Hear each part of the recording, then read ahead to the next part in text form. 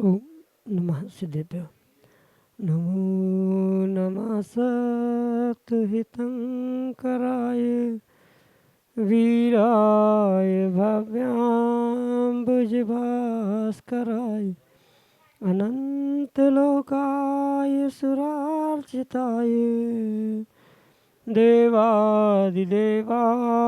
नमो जिनाय देवादिदेवाय नमो जिनाय। पंच परमेष्टि भगवान की परम पूज्य आचार्य भगवंत गुरुवर विशुद्ध सागर जी मुनि महाराज की शाश्वत तीर्थराज समेश शिखर जी की जय।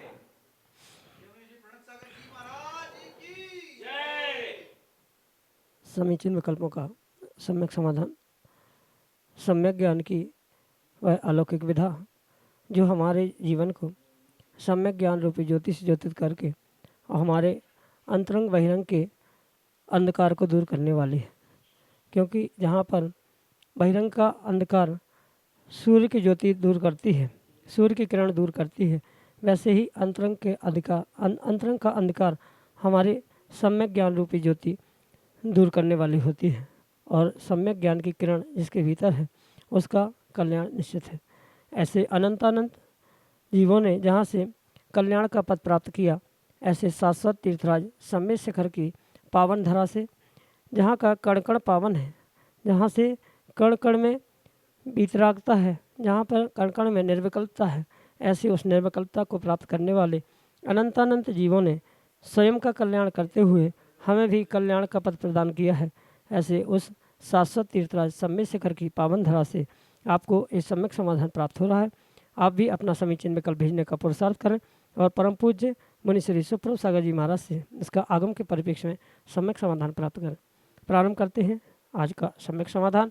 और आज के पहले विकल्प के लिए आष्टा मध्य प्रदेश से डॉक्टर मगन जैन, श्रीमती चंदा जैन महाराज श्री के श्री चरणों में कोटि कोटि नमोस्तु निवेदित करते हुए अपना समीचीन प्रश्न रख रहे हैं कि महाराज जी द्रव्य योग और भाव योग को आगम के परीक्षण में कैसे समझें।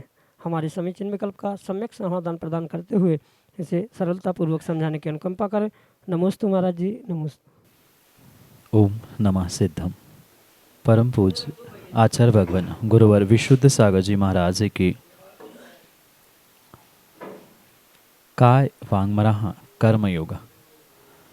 आचार्य भगवान उमा स्वामी महाराज तत्वार सूत्र में योग का स्वरूप समझाते हुए कहते हैं कि काय, वांग और मन अर्थात शरीर, वचन और मन, इसे योग कहा जाता है। क्योंकि ये द्रव्य योग की मुख्यता से कथन है, जहाँ इन योगों के निमित्त से मतलब मन से, वचन से और काय से, इन तीनों के निमित्त प्राप्त करने से जो आत्मा में परिस्पंदन हो रहा है, उस आत्मा के परिस्पंदन को ही वास्तव में योग कहा जाता है, जिसके माध्यम से कर्मों का आश्रय हुआ करता है। और उस भाव योग तक पहुंचने के लिए ही आचार्य भगवंतों ने ये मन वचन काय रूपी द्रव्य योग को समझाने का प्रयास किया। क्योंकि द्रव्य के साथ ही भाव का सद्भाव है और भाव द्रव्य के साथ ही होने के कारण से द्रव्य योग और भाव योग, इसे दोनों प्रकार से समझने की आवश्यकता है। जो मन है, वचन है और काय है, ये मन वचन काय तीन योग रूप द्रव्य होने से या साक्षात दृश्यमान होने के कारण से उसे द्रव्य योग कहा जाता है। और उसके निमित्त से यानी मन में जो विचार चल रहा है, उस मन के विचारों के निमित्त से आत्मा में होने वाला जो परिस्पंदन है, हलन चलन है, जो सामान्य रूप से इंद्रिय गोचर नहीं हो पाता है, उसे भाव मनोयोग के रूप में स्वीकार किया जाता है। जैसे कोई जीव बात कर रहा है, वचन योग का प्रयोग कर रहा है, बाहर से जो वचन वार्तालाप दिख रहा है वह वचन योग के रूप में स्वीकार किया जाता है। और वही जब वचन योग आत्मा में परिस्पंदित होता है या आत्मा के परिस्पंदन के लिए निमित्त बनते हुए आत्मा का जो हलन चलन रूप परिस्पंदन स्वीकार किया जाता है, उसे ही भाव वचन योग के रूप में स्वीकार किया जाता है। उसी प्रकार से शरीर के हलन चलन से होने वाला जो शरीर के परिस्पंदन से आत्मा के परिस्पंदन रूप जो कार्य है, उसे ही आचार्य भगवंतों ने द्रव्य योग के निमित्त से होने वाले भाव योग के रूप में स्वीकार किया है। इस प्रकार से योग को दो प्रकार से विभाजित करते हुए बाहर से चाक्षुष रूप से या ग्रहण करने योग्य जो हलन चलन चल रहा है, चाहे मन का हो, वचन का हो या काय का हो, यह द्रव्य योग है। और उसी के निमित्त से जो अंतरंग में आत्मा में होने वाला परिस्पंदन है, जिसके निमित्त से साक्षात कर्मों का आश्रय बंध हुआ करता है, ऐसे उस आत्मा के परिस्पंदन के को ही यहाँ पर आचार्य भगवंतों ने भाव योग ऐसी संज्ञा देने का पुरुषार्थ किया है। यही आपके लिए संक्षेप से सम्यक समाधान। सागर मध्य प्रदेश से सेंथिल जैन पढ़ेले, अध्यक्ष आदिनाथ दिगंबर जैन मंदिर तिलकगंज, अगले समीचीन विकल्प के लिए हमारे सामने। हे स्वामी, नमोस्तु नमोस्तु नमोस्तु। भगवान, सम्मेद शिखर की वंदना करते समय लोग अर्घ में मेरा और मेरे परिवारजनों की ओर से नमस्कार करते हैं। प्रभु, यदि यहाँ भी परिवार सहित हैं तो मोक्ष की प्राप्ति कैसे होगी? मेरे समस्या का समाधान बताएं प्रभु। नमोस्तु होगा, नमोस्तु होगा, नमोस्तु। जीवों ने वास्तविकता में सम्मेद शिखर की वंदना का, यहाँ पर रहने का, यहाँ पर पूजन पाठ आदि करने का मौका मिलने का जो एक स्वर्णिम अवसर कह दे, या जो सुयोग्य अवसर प्राप्त हुआ है, उसका बोध किन्हीं जीवों को आज तक हुआ ही नहीं है। बहुत सारे जीव वंदना करते हुए, अनर्गल चर्चा करते हुए देखने में आते हैं। जैसे खाने पीने से लेकर अन्य भी बहुत सारी अनर्गल चेष्टाएं वर्तमान में सम्मेद शिखर में होते हुए देखने में आ रही है। इसके पीछे व्यक्तियों का, जीवों का एक अज्ञान ही है, जो ऐसे महान पर्वतराज पर, ऐसे महान सिद्ध क्षेत्र पर पहुंचने के बाद भी कहीं न कहीं संसारी बातों को लेकर ही उलझते हुए देखने में आते हैं। संसारी बातों से ही वे परस्पर में कलह करते हुए भी, या परस्पर में ही नहीं अपितु अपने आप से भी संक्लेशित भावों से विपरीतता को, पापाश्रव को प्राप्त करते हुए देखने में आते। कहने का अभिप्राय ये है कि जैसे आप कह रहे हैं कि मेरे पूरे परिवार का, अमुक व्यक्ति का, हमने तो 4-5 दिन में बहुत अच्छे से अनुभव किया है कि कई सारे तो ऐसे जीव होते हैं, हम वंदना कर रहे हैं, भगवान के चरण स्पर्श कर रहे हैं, वहाँ कायोत्सर्ग कर रहे हैं, तो वहीं पर आगे पीछे श्रावक घूमते हुए, महाराज जी हम यहाँ से आए हैं, आपने पहचाना क्या? उनकी नमोस्तु, इनके तरफ से नमोस्तु।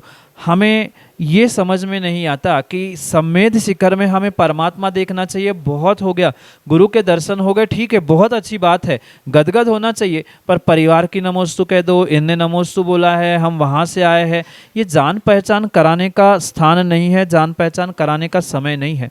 ये सिद्ध क्षेत्र ऐसा स्थान है, पवित्र पुनीत स्थान है, जहाँ पर साक्षात अपनी भावों की विशुद्धि के साथ इन विशेष क्रियाओं को प्राप्त करते हुए, मतलब प्रभु की वंदना करना, टोंकों की 3 परिक्रमा करना आदि आदि क्रियाओं के माध्यम से अपनी कर्मों की निर्जरा करने का पुरुषार्थ ही जीवों को करना चाहिए। ये मुख्य उद्देश्य, मुख्य अभिप्राय भूलकर ही जीव विपरीत कार्य करते हुए देखने में आते हैं, और इसी कारण से वह इसका नमोस्तु, उसका नमोस्तु या जान पहचान करवाना आदि आदि विपरीत क्रिया करते हुए देखने में आते हैं।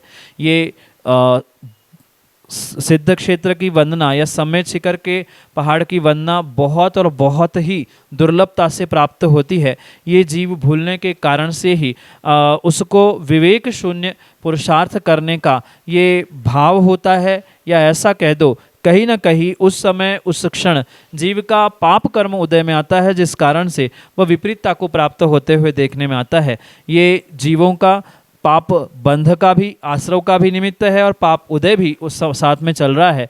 इसलिए उन जीवों को कुछ कहना संभव नहीं। यथागति तथा मति कहते हुए उनके बारे में ना हम सोचे, हम ये सोचे कि अगर हम वंदना कर रहे हैं तो हमें किस प्रकार से पुरुषार्थ करना है। गुरु के दर्शन होना बहुत अच्छी बात है, पर इसका मतलब ये नहीं है कि हम वहाँ जान पहचान करवाएं या घर परिवार को साथ लेकर वहाँ वंदना करें। हम अकेले हैं, हम भी सिद्धों के समान मुक्ति को प्राप्त करें, इसी अभिप्राय, इस उद्देश्य से ही वंदना करनी चाहिए। चाहे निर्ग्रंथ गुरु हो, चाहे चरण हो, चाहे टोंक हो, कण कण जहाँ का पवित्र है, पावन है, ऐसे स्थानों में वास्तव में बहुत विवेकपूर्वक ही वंदना और सभी पुरुषार्थ करने की आवश्यकता है। यही आपके लिए सम्यक समाधान। जुन्नार देव छिंदवाड़ा मध्य प्रदेश से अनिमेश जैन अगले समीचीन विकल्प के लिए। नमोस्तु भगवान, नमोस्तु भगवान, नमोस्तु भगवान। मेरा प्रश्न है, सम्मेद शिखर में किसी किसी भगवान की टोक में एक पद से एक पद चिन्ह और किसी किसी टोक में एक से अधिक पद चिन्ह होते हैं, ऐसा क्यों? समाधान कीजिए। नमोस्तु भगवान, नमोस्तु भगवान, नमोस्तु भगवान। सम्मेद शिखर के पर्वत पर जो अनेक टोंकों पर चरण चिन्ह बने मिलते हैं, उनमें से किन्हीं चरण चिन्हों की संख्या, मतलब किन्हीं टोकों पे जो चरण चिन्ह बने हैं उनमें संख्या कुछ अधिक प्राप्त होती है। कुछ पर्वत, मतलब कुछ टोंकों पे एक ही चरण चिन्ह है, कहीं 3, कहीं 5, ऐसे विविध प्रकार से जो ये व्यवस्था दिखती है। यहाँ ये समझने की आवश्यकता है, ये मात्र और मात्र एक सांकेतिक पुरुषार्थ या सांकेतिक चिन्हों के माध्यम से ये प्रतिपादित करने का पुरुषार्थ किया है कि यहाँ से भगवान मुक्ति को प्राप्त हुए हैं। जैसे नेमिनाथ भगवान की टोक है या वासपूज्य भगवान की टोक है, जो साक्षात यहाँ से नहीं, मतलब सम्मेद शिखर से नहीं, अपितु अन्य टोकों से, गिरनार है या चंपापुरी, पावापुरी आदि से जिन्होंने मुक्ति को प्राप्त किया है, उनके भी सांकेतिक टोक यहाँ पर बनाने का पुरुषार्थ किया जाता है। क्योंकि हमेशा प्रत्येक काल में जितनी भी चौबीसियाँ होती है, उन चौबीसी के निर्वाण क्षेत्र वह सम्मेद शिखर के रूप में ही स्वीकार किया जाता है। ये हुंडावसर्पणी का प्रभाव है कि इस काल में उन 24 तीर्थंकरों में से 4 तीर्थंकरों की मुक्ति अन्यत्र हुई है, पर यहीं से 24 तीर्थंकर मोक्ष जाते हैं। ये समझ में आए, इसलिए यहाँ 24 टोंक बनाते हुए उनका प्रतिनिधित्व करते हुए महावीर भगवान की टोक, वासपूज्य भगवान की टोक, नेमिनाथ भगवान की टोक आदि टोक बनाई है। और आपने अगर थोड़ा सा गौर करके देखा होगा तो इन्हीं टोकों पर उन चरण चिन्हों की संख्या कुछ अधिक प्राप्त होती, और माना कि किन्हीं अन्य स्थानों पे भी प्राप्त होती है। तो यहाँ ये विकल्प करने की आवश्यकता नहीं है कि अधिक क्यों है, ये तो जैसे चरण चिन्ह प्राप्त हुए वैसे विराजमान करने का प्रयास किया है।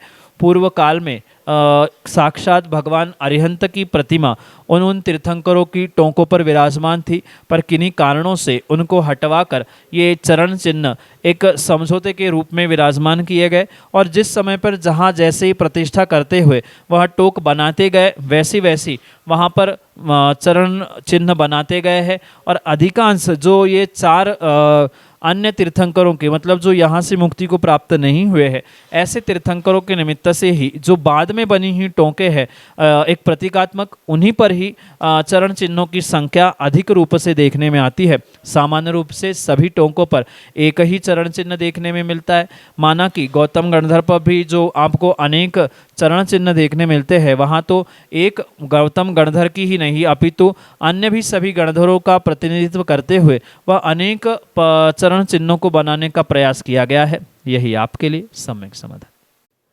जितेंद्र जैन जित्तू भैया जुन्नार देव मध्य प्रदेश से अगले समीचीन विकल्प के लिए। हे भगवान, मुनिद्वय को चरणों में कोटि कोटि प्रणाम। शुद्धि के वस्त्र में गर्भगृह में जाप पाठ आदि करने में कोई दोष है क्या? हे भगवान, मेरे प्रश्न का सम्यक समाधान करें। नमोस्तु भगवान, नमोस्तु भगवान, नमोस्तु।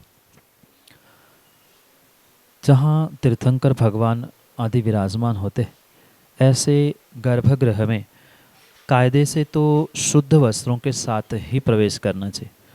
वर्तमान में कौन कहाँ क्या कर रहा है, किस प्रकार से कार्य कर रहा है, वह उनका व्यक्तिगत निजी सोच, निजी पुरुषार्थ हो सकता है।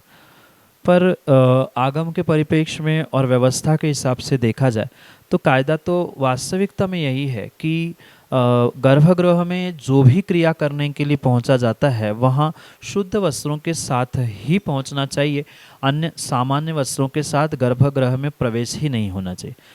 रही बात पाठ जाप आदि की, तो सामान्य रूप से अगर जाप पाठ किया जा रहा है बाहर में तो वह सामान्य वस्त्रों में स्वीकार किया जा सकता है, पर गर्भगृह में अगर पहुंचकर जाप पाठ करना है तो स्वाभाविक रूप से शुद्धि का ही पुरुषार्थ करना होगा। मतलब शुद्धि के साथ ही गर्भगृह में जब सामान्य रूप से पहुंचना है तो जाप पाठ के लिए भी आपको उन शुद्ध वस्त्रों से ही पहुंचना होगा।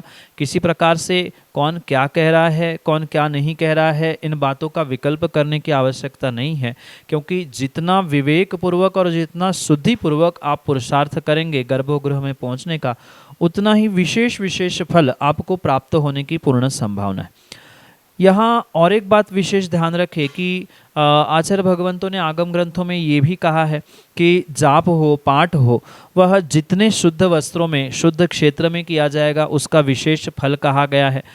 घर में जाप पाठ करने का अलग फल कहा है, उससे कई अधिक गुना फल मंदिर में करने का कहा है, उससे कई अधिक गुना फल अतिशय क्षेत्र का, उससे अधिक गुना फल सिद्ध क्षेत्र का, पर्वत की तलहटी के, नदी किनारे के जाप पाठ आदि के फल भी भिन्न भिन्न कहे हैं।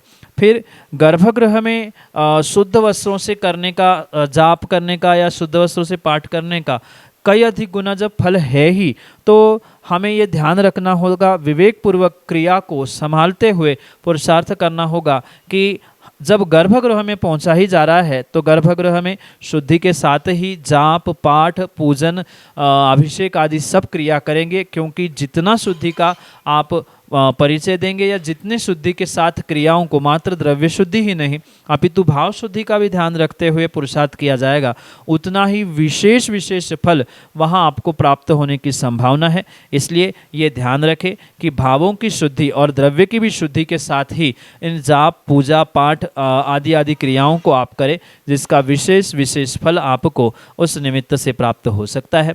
यही आपके लिए सम्यक समाधान। राकेश जैन, जुन्नारदेव, मध्य प्रदेश से अगले समीचीन विकल्प के लिए।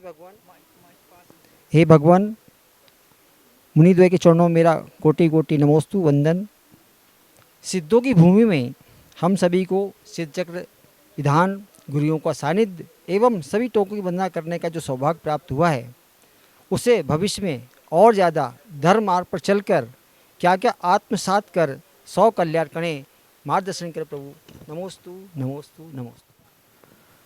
ये तो विश्वास मानना कि कई भवों का और कई जन्मों का कुछ विशेष तपस्या का ही ये साक्षात प्रतिफल है कि आज इस सम्मेद शिखर की पावन भूमि में और तलहटी पे नहीं अपितु विशेष करके सम्मेद शिखर के पर्वत की चोटियों के मध्य में इस गंधर टोंक के पास आपको साक्षात सिद्धों की आराधना सिद्ध चक्र विधान के निमित्त से करने का सौभाग्य प्राप्त हो रहा है। क्योंकि सामान्य सिद्ध चक्र की आराधना करना ये भी सामान्य स्थानों पे मंदिर या किसी अन्य क्षेत्रों पे ये जब सातिशय पुण्य के उदय से प्राप्त होता है, तो आप विश्वास मानना कि सिद्ध क्षेत्र पर ऐसा पुरुषार्थ करने का मौका मिलना ये तो कई कई कई गुना आपको फल देने के लिए, पुण्य वृद्धि के लिए, कर्मों के निर्जरा के लिए निमित्त बनने वाला है।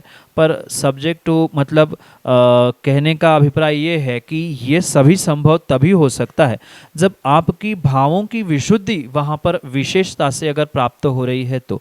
अन्यथा विधान एक किनारे रह गया, वंदना एक किनारे रह गई, अन्य किसी प्रकार से संकल्प विकल्पों के साथ या दूसरों को संकल्प विकल्प देते हुए हम कार्य कर रहे हैं, तो स्वाभाविक रूप से आप क्रियाएं तो कर रहे हैं पर उसके निमित्त से आपको पुण्य कितना लग रहा है ये सोचने और समझने की बात है।